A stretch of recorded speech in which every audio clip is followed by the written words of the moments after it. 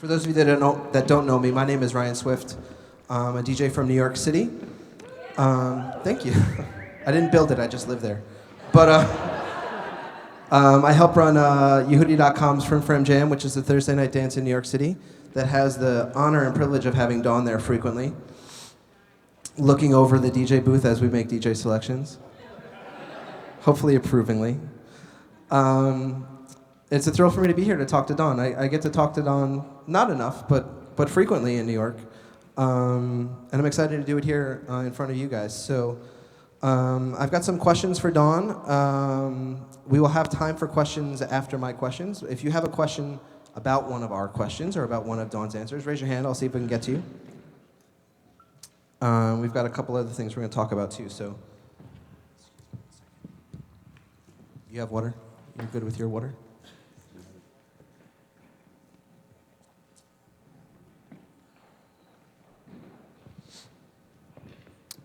All right, it's 5:30.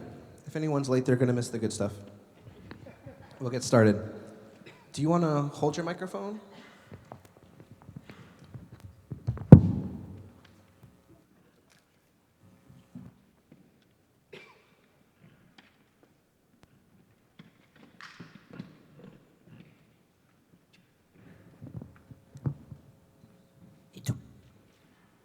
It's working. No, because I want to look at the people. I want the people to see you, so we're good. All right, why don't we get started? Dawn Hampton, where were you born?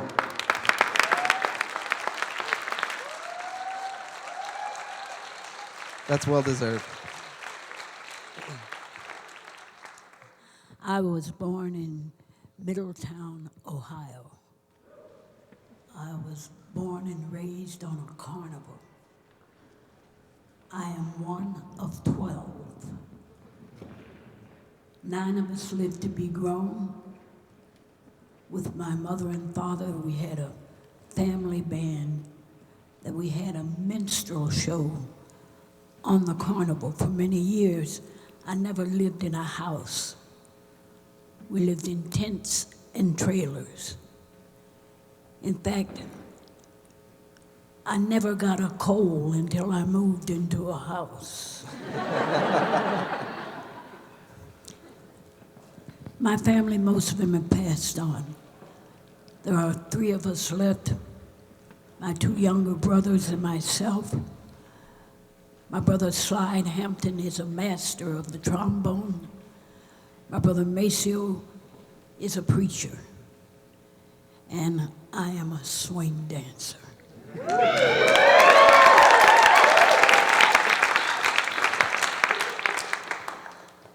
When I was 3 years old, my dad put you out on stage and said, "Do something."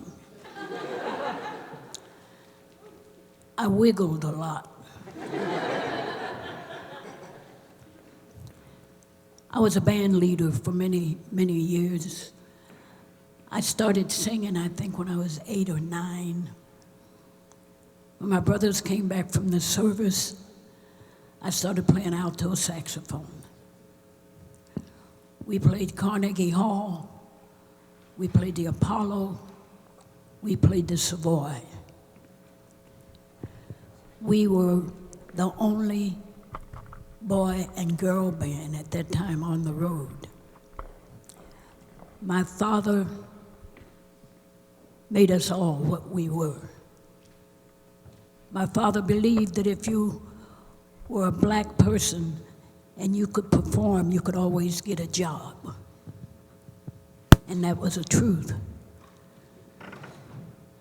Over the years, white people used to black their faces and come on the stage, and they called it a minstrel show. But they knew more people liked what black people were doing. Well, white people at that time did not make good comedians.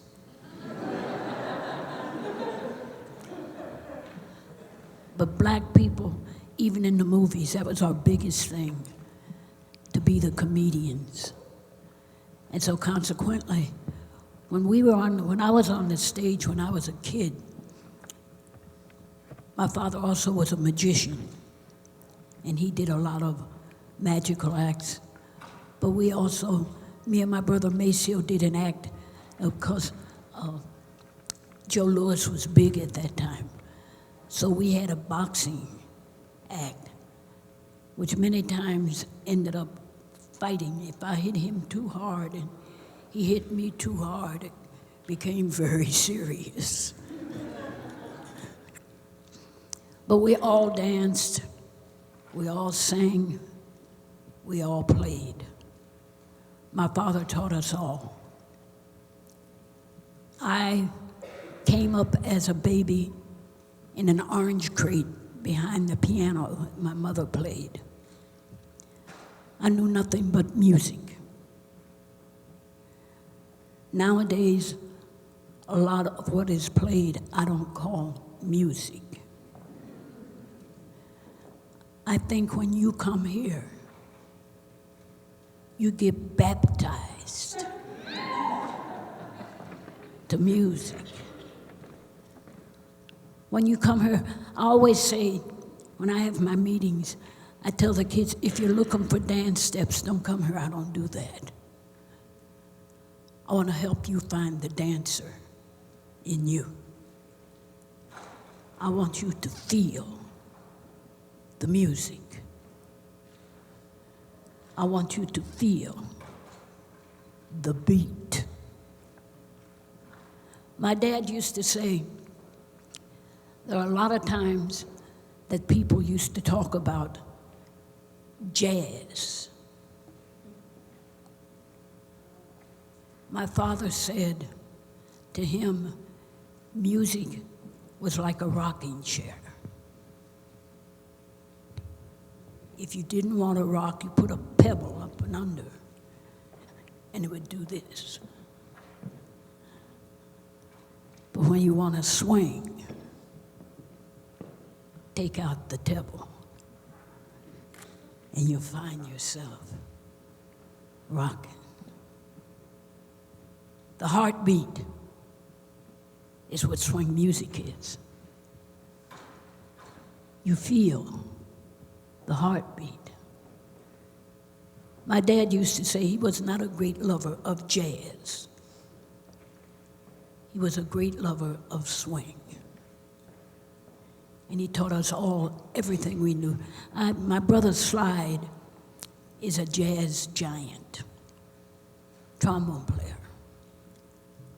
But Slide will not tell people that he danced on the stage at the Apollo with me. Slide's real name is Loxley Wellington. He doesn't want you all to know it, but I'm going to tell it anyway. We all had, my father was really into history. My brother Maceo's name was Matheo Douglas. My sister Elitra's name was Elitra Elizabeth. My sister Virtue's name was Virtue Amata. I had a brother named Marcus Aurelius.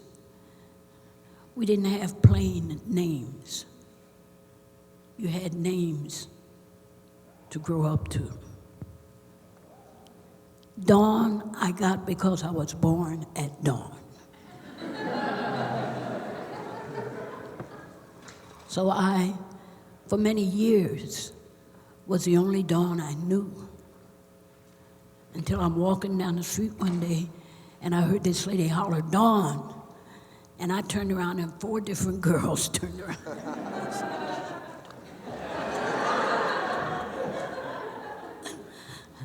I'm kind of used to it now. There are a lot of Dawns out there, but there's only one Dawn swing dancing. That's right. All right, that's it. Good night, everybody. Thank you. We covered it all.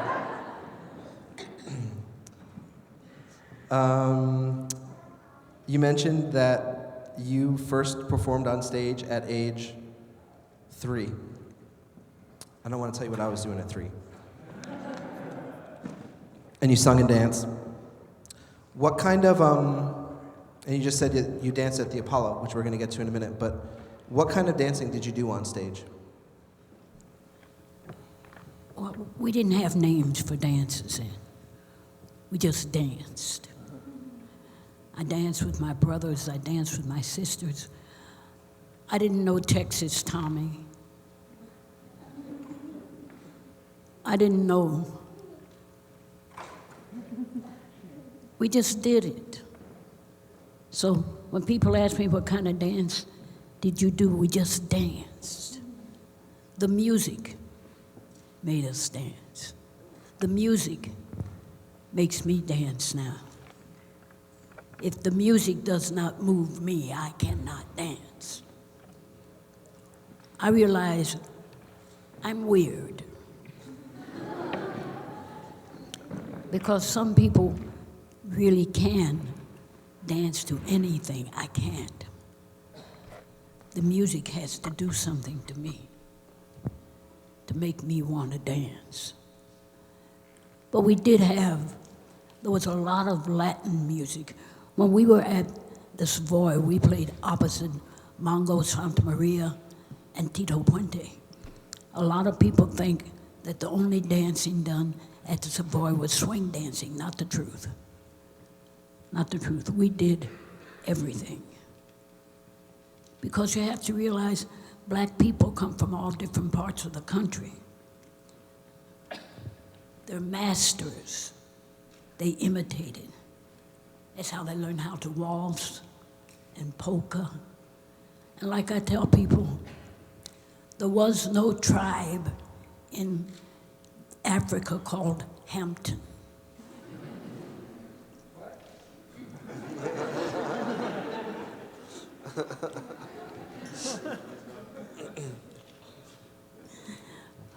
We were blessed. We were blessed. We were never on the welfare. I do remember times in my home there was no food. Nowadays, people that have the welfare and things like that, they really are blessed. They don't know it. My father's mother was a slave. And she taught him everything he knew, and he passed it on to us. There are a lot of the African chiefs that African people are proud of, and they don't know that they were slave traders. The white man did not go into Africa and get nobody. We were brought down to the shore and sold for salt. So I really don't have the challenge of quote unquote hating white people because we were in slavery, because there were white slaves in America before there were black ones.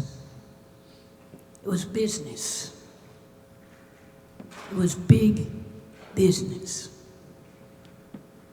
And the only reason they went to Africa to get us is because the American Indian did not make a good slave. He did not take, many of them died, but they did not take the stuff that we took. I don't know how many of you out here know what your own heritage is. There's a lot of you out here that just because your skin is white,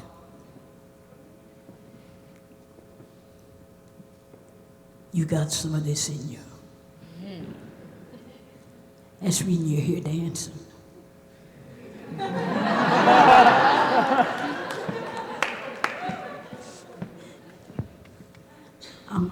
Every time he turns it over to me, I'm as bad as Stephen. Give me a minute and I'll just run with it. You make my job easy. I love it.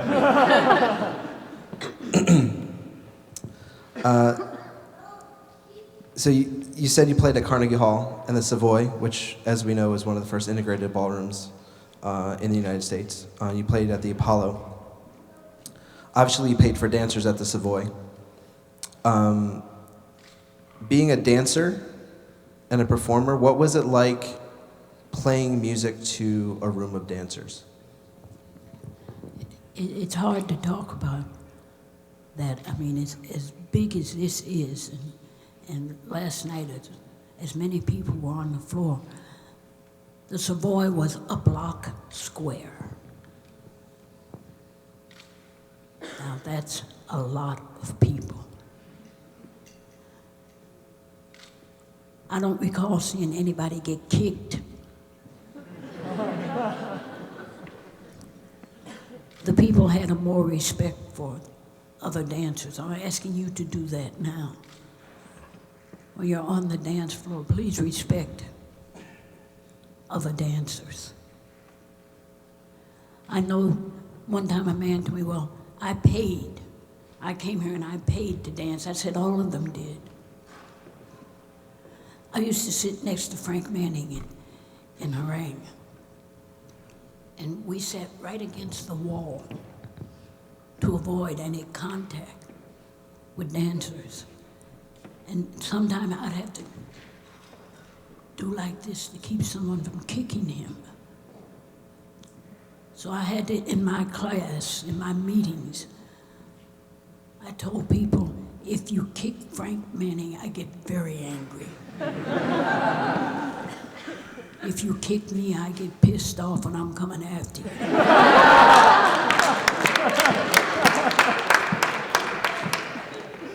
So I've been all off the floor a few times. I have. When I find people around me that are like that, I quit dancing. I'm 83.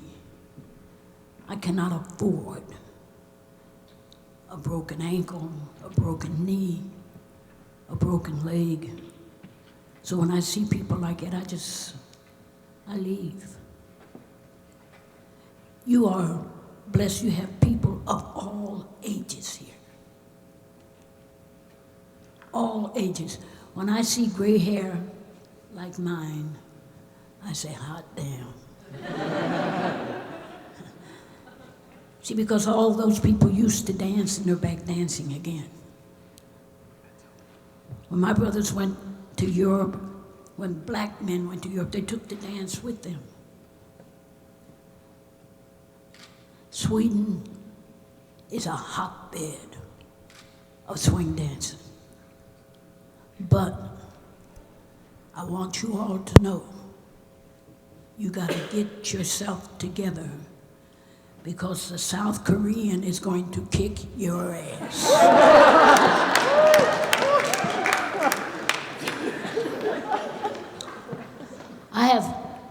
We're going, where's Chaz? Chaz and I are going, I think, in November. No, Stephen and I are going in November. They have thousands of swing dancers in South Korea. It blows my mind that we're lucky if in Harlem we have 20. My people are not doing their dance. When I come here and I see my people, I'm honored, but I know some white person took them by the hand and said, come here, you got to do this.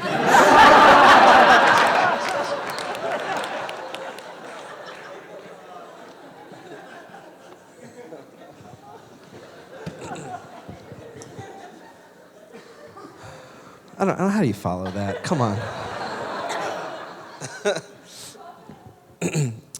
You mentioned that your brothers went away for the war, and they brought dance with them to Europe. You were in Indianapolis at the time, and you performed with your sisters as the Hampton sisters. Can you tell us a little bit about that act that you did in Indianapolis? Well, I guess many of you know they had what they called USO shows we perform mostly in hospitals for the soldiers that were wounded. I saw a lot of not pretty sights. We did mostly singing. I don't know if you remember the Andrews Sisters. Yeah, we were Better. the Black Andrews Sisters. But the soldiers then didn't care what color you were. They wanted to hear, "Don't sit under the apple tree." They wanted to hear, "When the lights go on again all over the world." They didn't care what color you were. They just wanted to hear the music. So when you're here dancing, you just want to hear the music. You want to feel the music. Let go and let dance.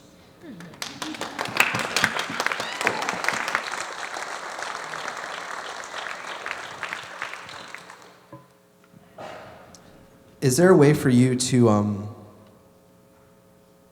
quantify what it is about swing music that moves you differently than any kind of other kind of music? You mentioned pop music today, or pop today, I guess.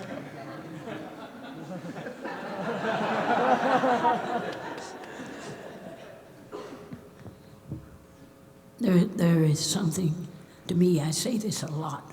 Now, there's something to me that's very spiritual about swing dancing, about swing music. There is something in this music that brings people together. Young men who are usually out playing football are dancing.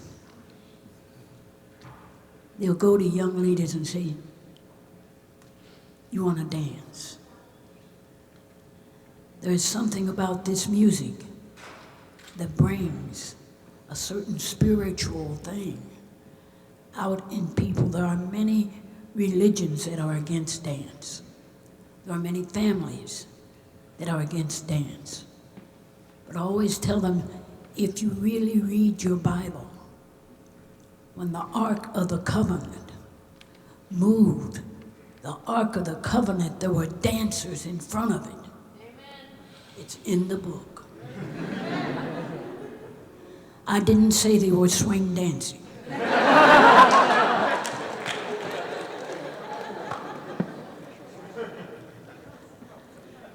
When you come to a place like this, I don't know if you realize how lucky you are. That there are many countries that don't believe in the male-female dancing together.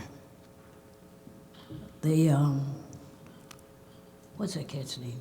James Brown sang a song, "It's a Man's World."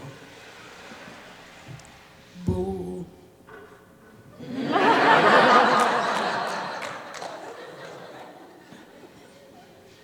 This is everybody's world. God is not prejudiced. Only man is. But I am known as one of the most notorious back leads in the world. Because when all the men went to the service, a lot of the women had to learn how to lead. Girls, learn how to lead. Men, learn how to follow. Then you'll know how she feels when you got her out there doing like this.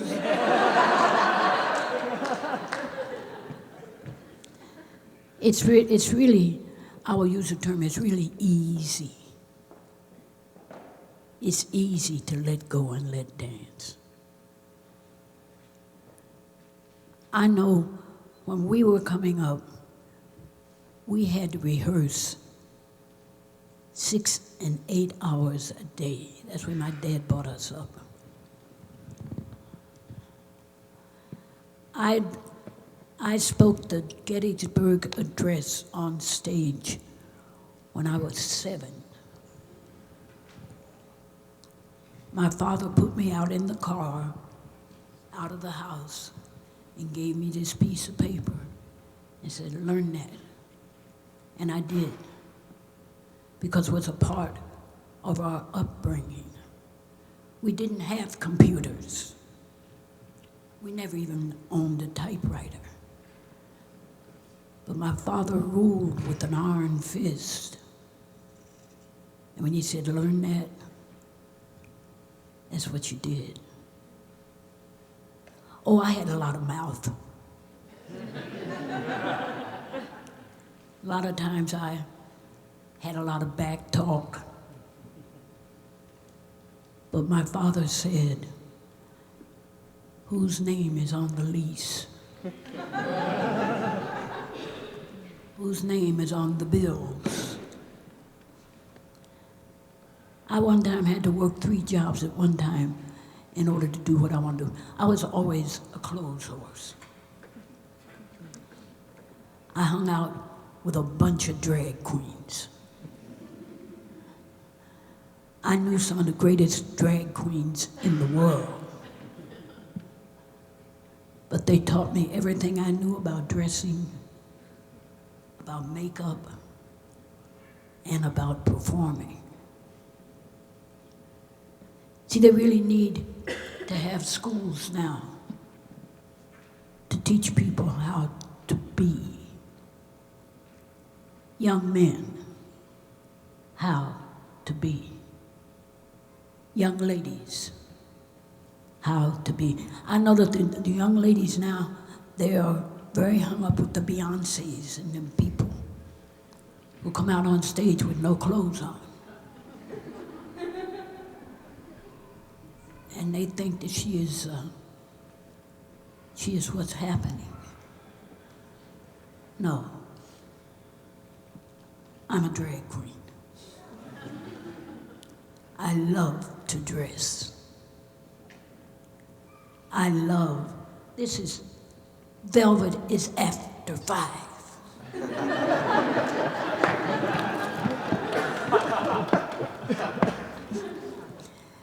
When I'm out dancing, I dress just like I'm going to the theater. I love to dress. I love me. I love me.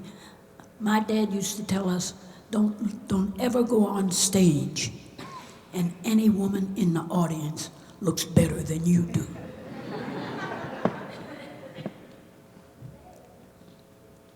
I got that right.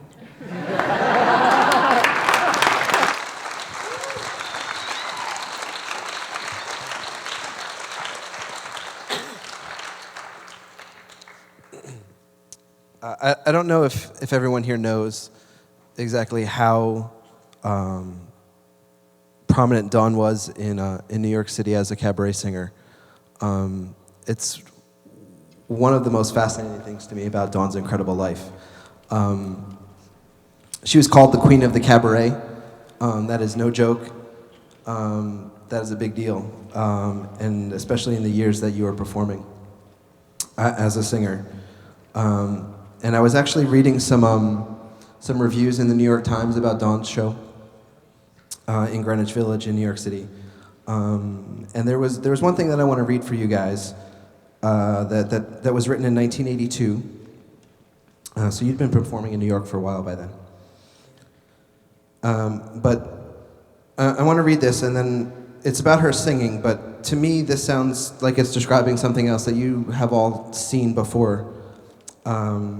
The review says, Dawn's huge, vital eyes and an unusually agile mouth can suddenly change, underline, or add unexpected shading that cuts into the mood of a song to change the emphasis briefly, to lighten what threatens to be overly heavy dramatics. Miss Hampton has a deep well of emotional energy and spends it recklessly and joyously. That's Dawn's dancing, as far as I'm concerned. How do you translate what you did as a child growing up as a performer, older performing with the Hampton sisters, and then after you moved to New York as a cabaret singer. I mean, as far as I'm concerned, you're the most incredible performer I've ever known. Is there a common thread through all of those types of performance and through to swing dance that you bring to it? Is there something common through all of those things? In the documentary that he has, it's called The Unforgettable Hampton Family. Available out front. And my brother Slide made the statement in there that my father gave us the gift of poverty. I listened to the Beyoncés and them. How can you talk about pain if you've never had it? But when I'm dancing, there's a lot of times that the music that the musician plays takes me into that pain. It makes me feel again. So when I was singing, the Queens loved me. He said I was called a diva. Were you? Yes. So when I sang a song about my man has left me or my man treated me wrong, they all understood because they had all been there. Straight people would hide. They wouldn't admit of the pain that was in them. But the gay men made Judy Garland. They made Bette Midler. They made Barbara Streisand because these ladies felt the pain. I felt the pain. Whenever I sang a song, I became the performer. I became the woman that was in pain. So when I'm dancing and the music would do something to me, then I become that performer. Don't let anybody tell you because you are Caucasian, you can't do this dance. We stole a lot from you folk. We didn't dance together until we came to this country. In Africa, the men danced on one side of the fire and the women danced on the other. It's only when we came here that we begin to imitate our masters. Our masters now imitate us. Pain knows no color. When I'm dancing, I know no color. I dance with whoever it is that I'm dancing with. Let your spirit guide you. When you're dancing, I've heard people say, oh, I got 2 left feet. Then do 2 rock steps.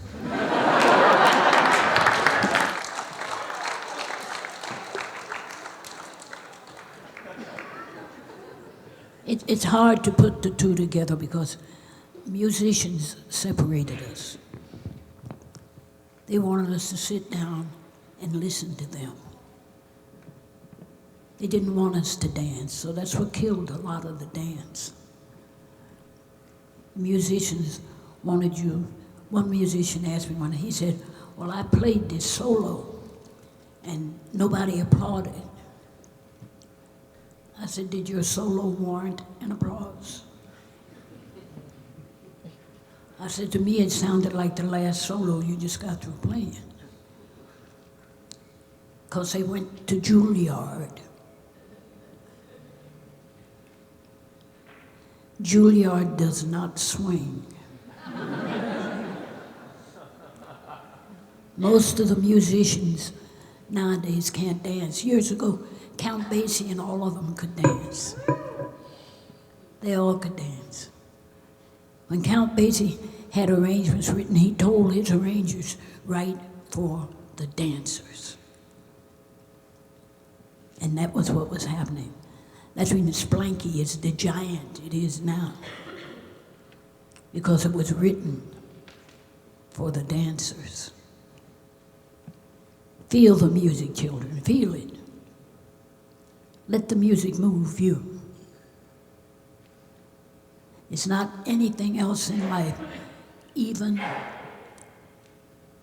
fried chicken won't move you like the music. You're blessed. This place here is, what happens here in Houston is something unbelievable. But it's beginning to happen all over the world. There are more dance camps happening all over the world. But started happening after you started it here. There's something very spiritual about dance. Remember that. Get that in your heart. Go home and get your mother by the hand and take her dancing. Go and get the politicians and take them dancing. Less war, less hate, if more people were dancing. I tell you what I'm going to do.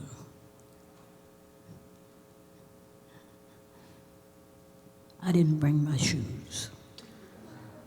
You want to borrow mine?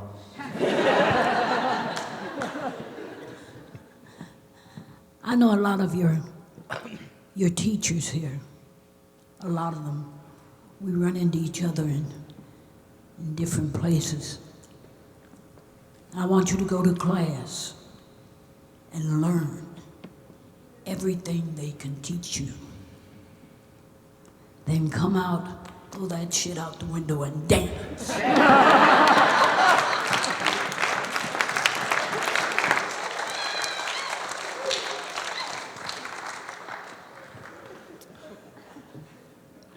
Don't wait for me outside.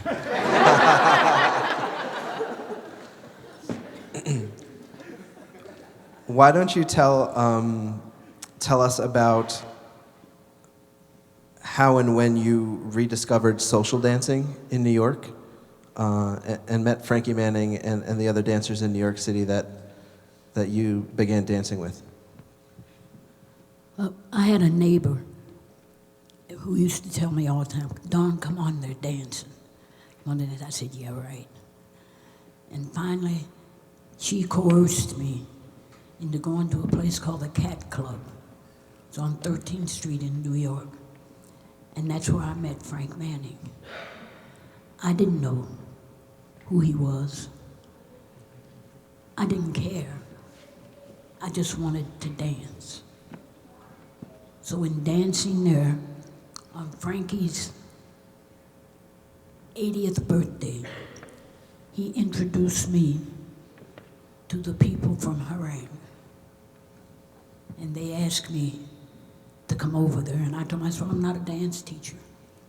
They say, no, we just want you to be there. We want your aura to be there. So I went. I've been going to Harangue now about 15 years. And I've met people from all over the world.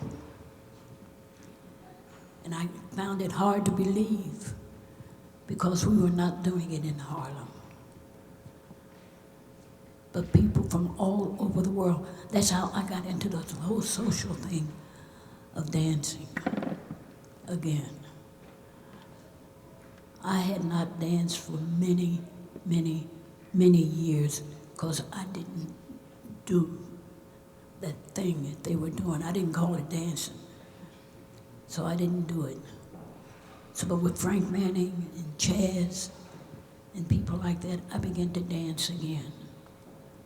And I began to meet all kinds of people who wanted to dance.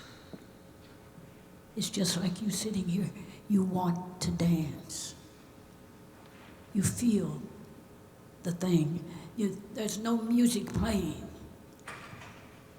but you feel the beat. I don't know. I think the music is changing. I really do. I think music is going back to being music again. Rap kind of knocked us out. I was never into rap. And there were a lot of people that told me, well, you're not giving the kids a chance. And I had to say, I didn't want to give them a chance. I wanted them to dance. And there are people that look at me and think I'm from Mars.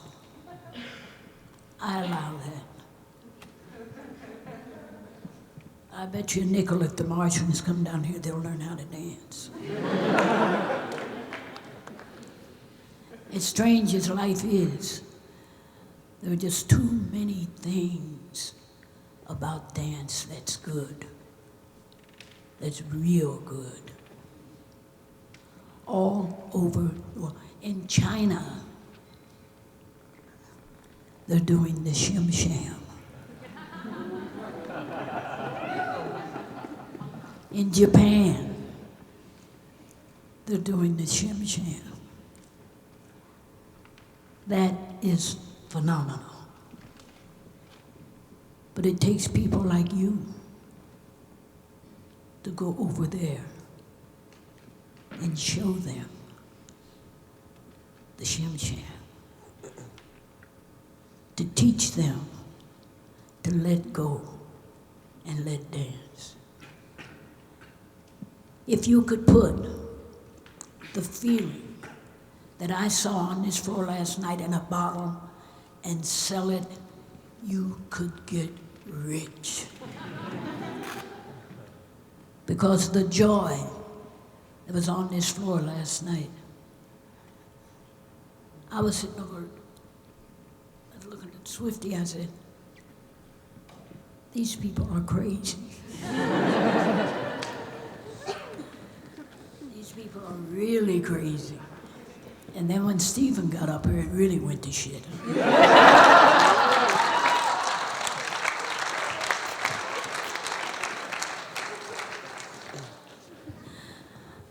I don't know what else to tell you. I just want you to open up, let loose. They talk about this being a cultural talk. I don't have a clue what that is. Let's talk a little bit about culture. You're the queen of the segue. I love it. So it's not just Count Basie that moves you. I love Count Basie. He's my favorite. He's your favorite. How many people here have seen Bhangra performed by Dawn? It's one of the most amazing things you'll ever see. Hopefully you'll have a chance to see it again soon. I'm sure it's online. Nothing like seeing it in person. I can't tell you how many times I have attended that class just to see Bhangra. It's spiritual. And I'm not a spiritual person. So it's words can't describe it for me, but you discovering Bhangra is an interesting story to me. Can you share it with those of us that haven't heard it? Well, you know, in Harangue, every week they have a cabaret night. and anyone in the camp is invited to participate. And one night, Frankie and I were there, and there were 4 girls there.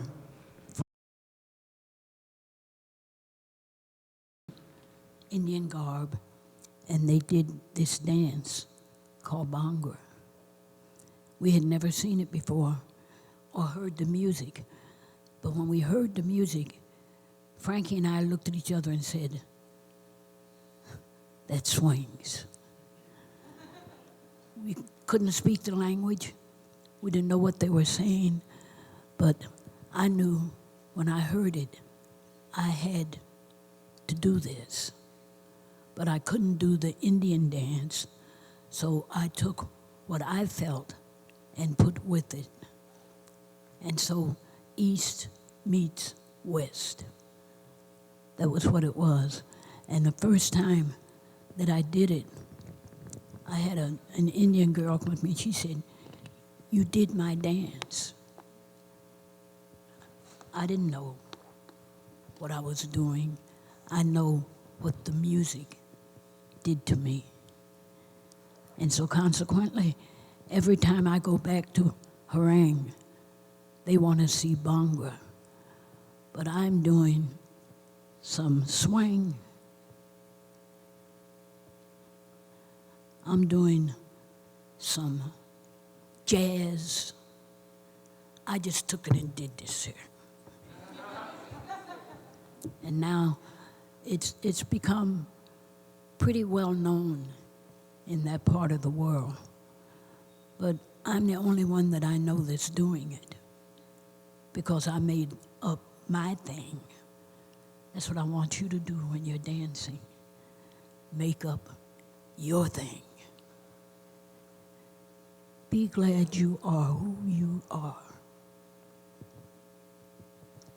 Be glad that you know the people that you know that are in the same thing that you are. Not many people. Listen, young men, I know you're about sports. In this country, sports is a giant. And one young man told me that he didn't dance because he thought it was too.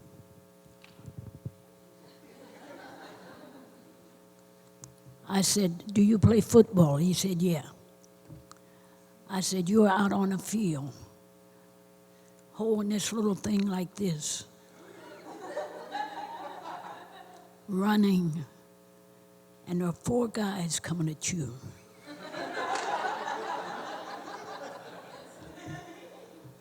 They're coming at you and they're going to hit you and try to break every bone in your body. And you think that's not silly. That is mad." But in this country, football is big business. Swing dancers don't make a lot of money. Do they, teachers? But they dance because they love to dance. So even when they're not teaching, they're out on this floor. I'm going to try tonight to do a little bit. I have sciatica, and I've had it now for almost 2 months. And I go to a chiropractor and have him to work on me. But I promised myself one day I'm gonna dance because I can't help myself.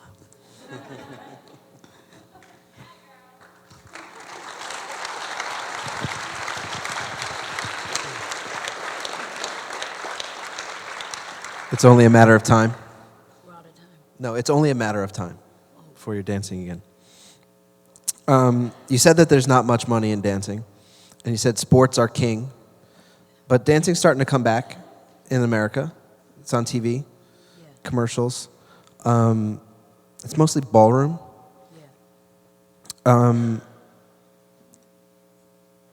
What is it about swing dancing, do you think, that I don't really connect to ballroom? I know I'm not alone in that. Um, but swing music and swing dancing has a different thing that grabs me. Is it the same for you? Yes. What is it that sets swing dancing apart and swing music apart from everything else that's out there today? Well, for one thing, it's togetherness. It's a thing where two people dance together. They touch. This is a touch dance. Most dances, even the ballroom dances, they're more phony.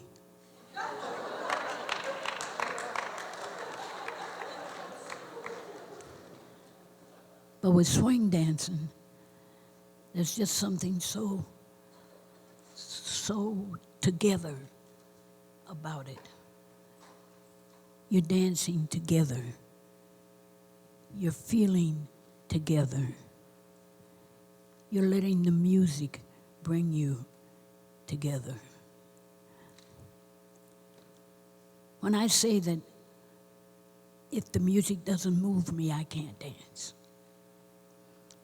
So I go to many places, even sometime to Frim, and I just sit and watch the people dancing, because some people will dance to anything. I don't care if it swings or not. But see, I come from swing. I've been dancing since I was 3. So it means something to me to hear the music.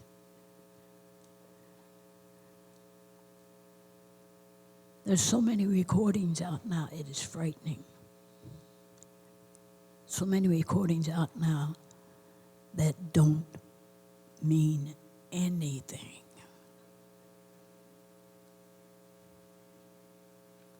But when you are listening to Count Basie,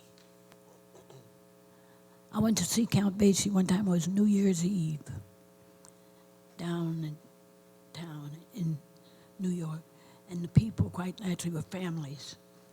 They brought their kids, and everybody was down there. And when Count Basie started playing, the little kids, they started moving. They started feeling. One little girl got out on the floor and she was like, and her father went to get her and she was saying, the music did that to her. The music does that to me. Let the music do that to you. Swing is from the higher power. It doesn't say it in the Bible because I don't even know if the word existed then. But I'm sure the angels knew how to swing.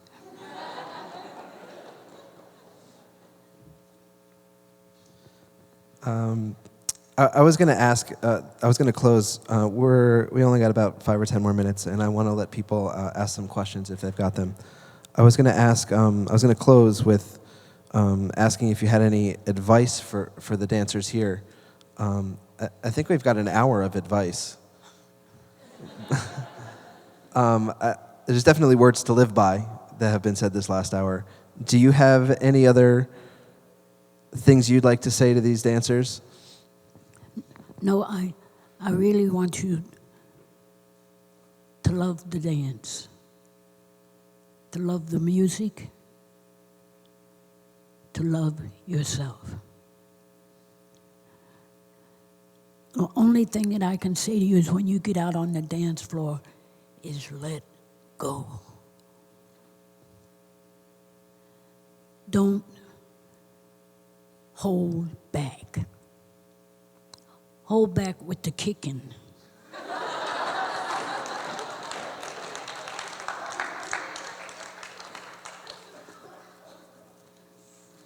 Ladies and gentlemen, you are blessed. You are blessed, and I want you to know that yesterday, today, tomorrow, I love you. God bless you. Thank you.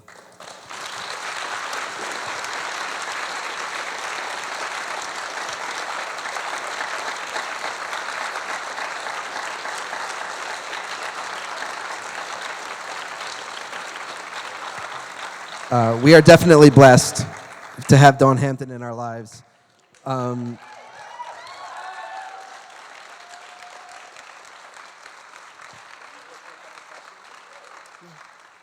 We have a couple minutes, so I don't know if anybody has any questions that they have for Dawn, questions they'd like to ask.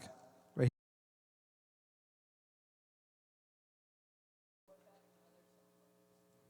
She asked, I just want to repeat so everyone can hear. She said, you talk about your father's influence a lot. What about your mother's influence?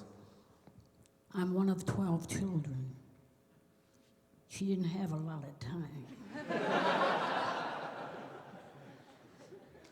No, my mother was one of the old wives. She did what my father said. That's how she was raised. She wasn't a musician until he taught her. So whatever he said was the way it was, you know. Nowadays, women are very independent, you know. Wasn't like that when I was coming up. My father ruled with an iron fist. Nowadays, he'd probably be in jail for child abuse. Does anybody else have a question for Dawn? Naomi? Like Ryan said, I think you're one of the best performers a lot of us have gotten to see live. So who were some of your favorite performers to see live? Who did you think was the best performer that you've seen? I had a favorite singer years ago. Her name was Big Maybelle. I don't know if a lot of people know her. They should. We'll play some tonight. Yeah. In fact, I used to make her gowns. I used to make my gowns. I never went on stage in a bikini or any of that. I loved gowns. I tell you, I'm a drag queen. I love to dress. And I have a picture, I told Ryan, I have a picture at home someplace of Maybelle in one of the gowns that I made her. She was a big woman, but an unbelievable singer. She sang the blues. And when I would be sewing for her, she said, she used to call me really, because when she say something to me, I say really. And she said, really, I sing the blues because I got the blues. See, so people nowadays are singing songs that they have no connection with. You know, if I can't move you, then I don't do the song. Again, it's part of the performing thing. I had to touch you. I started whistling in my act as my encore. And one night, someone asked me to whistle Stardust. And I had never sang it, but I went to my piano player and told him I wanted to do Stardust. And he hated it. He thought whistling was corny. So I whistled Stardust the first time at night. And I have a thing and I go inside of me when I'm performing.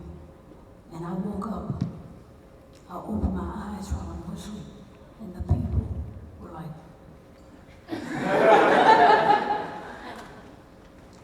after that it became a part of my act, because I had no competition. I was the only one out there doing that. but I got it from my father.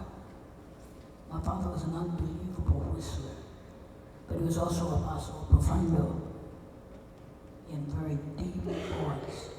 I had one time, I had 2.5, 3 octave range. I had a thyroid operation and lost my voice. It came back a little bit, but you can hear now.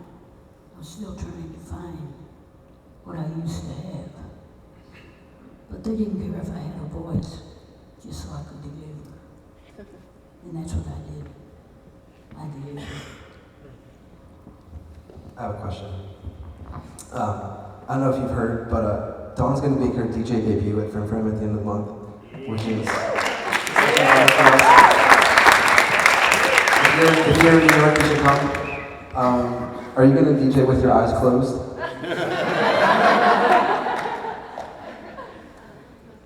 No. Does anybody else have a question for Dawn? I've known Dawn since, I think, 2000. The first time I ever saw her, I think, was she whistled in San Francisco. And I think it was the night I showed up for the San Francisco Swing Dance Festival. I walked in, and you were whistling, and I'd never seen anything like that in my life. And so you talked about the whistling, but when you were a diva and you sang, what were your favorite songs to sing? Someone did ask me that. My favorite song, period, is God Bless the Child. Oh, yeah. Because I was doing it for me. And I had as many songs as I had people who requested songs. I know that a lot of the kids now don't want to hear the same song over and over. But I worked in places for years, and people came back every week, and I had to sing a certain song that they wanted to hear. So God Bless the Child was my tune. I did it like nobody else. I took Billie Holiday's tune and showed her how it should be done.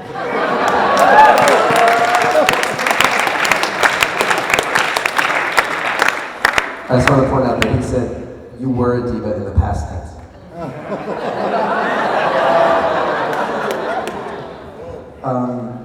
I think I have time for maybe one more question. And if we don't have any, I'm gonna make a plug for Dawn. Doesn't look like we do. Dawn wrote a book. Adds that to her resume: author, singer, saxophone player, dancer, diva, author. You guys can purchase it. It's called Two Penny Soap Opera. It's a romance novel. It's hot and heavy. She's not pulling any punches. You can go to tavarisentertainment.net to buy it, or check out Yehudi. Yehudi.com has links. And Dawn also has some blessings for you guys. Is that right? So I don't know how we're going to actually deliver this, but this is what we're going to close with. While Dawn's getting this stuff out, I'd like to ask you guys to show how much we appreciate Dawn sharing this with us today.